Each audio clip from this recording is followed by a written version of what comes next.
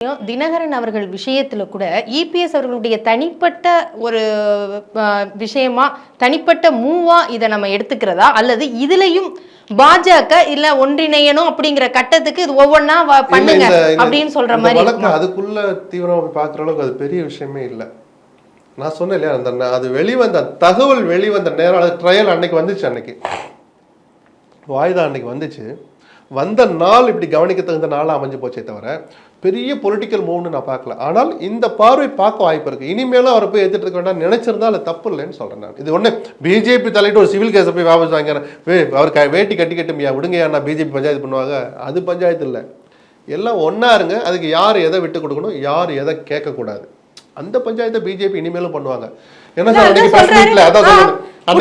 விஷயத்துல தலையிட மாட்டோம்னு உறுதி கொடுத்தாரு அமித்ஷா. வேற என்ன சொல்லுவாரு? ஆமா ஆமா நாங்க அடுத்த வாரம் அந்த பஞ்சாயத்தை வச்சிருக்கிறோம் அப்படின்னு நான் சொல்லுவாரு. வெளிப்படையா அப்படிதான் சொல்ல முடியும்.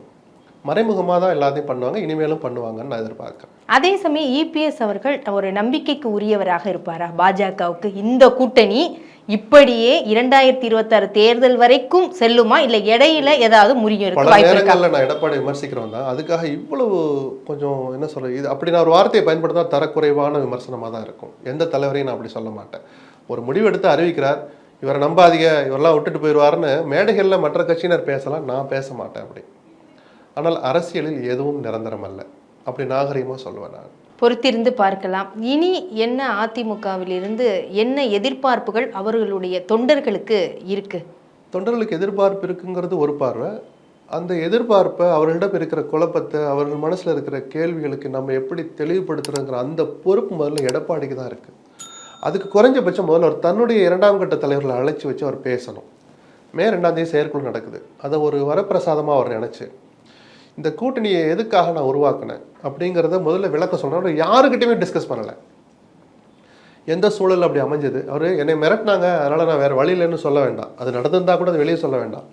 திமுக வீழ்த்த வேண்டிய கட்டாயம் நமக்கு இருக்குன்னு ஒரு தலைவருக்கே ஒரு விஷயத்துல அந்த ஒரு மூடில், அந்த ஒரு கெத்தில் அந்த சூழல்களை விளக்கி சொல்லி அவர்களை முதல்ல கன்வின்ஸ் பண்ணாதான் அவங்க போய் கீழே இருக்கிற மாவட்ட செயல்கிட்ட ஒன்றிய செயல்கிட்ட போய் சொல்லுவாங்க, தலைவர் இந்த சூழ்நிலை தான் எடுத்திருக்கிறாரு அப்படின்னு சொல்லிட்டு. அதில் கொஞ்சம் கெத்து காட்டுறேங்கிற போர்வையில் கேபி முனுசாமி நீங்கள் மட்டும் பேசுங்க, உதயகுமார் நீங்கள் மட்டும் பேசுங்கன்னு அவருக்கு சாதகமான ஆட்களை மட்டும் மைக்கை கொடுத்து பேச வச்சுட்டு செயற்குழு முடிஞ்சு சொன்னார்னா, நான் திரும்ப சொல்கிறேன், அவர் தலையில் ஒரு மண்ணை வாரி போட்டுக்கிறாருன்னு அர்த்தம். பேச விடுங்க, எல்லாரும் முதல்ல கொதிச்சு கூட முடிக்கட்டும். தம்பி அப்படியா நீ சொன்னதை நான் மறுக்கல, உட்கார் நான் விளக்கம் சொல்கிறேன்ட்டு ஒரு தலைவருக்குரிய வேலையை அன்னைக்கு அவர் எப்படி செய்கிறாருன்னு பார்க்குறதுக்கு நானும் தான் காத்து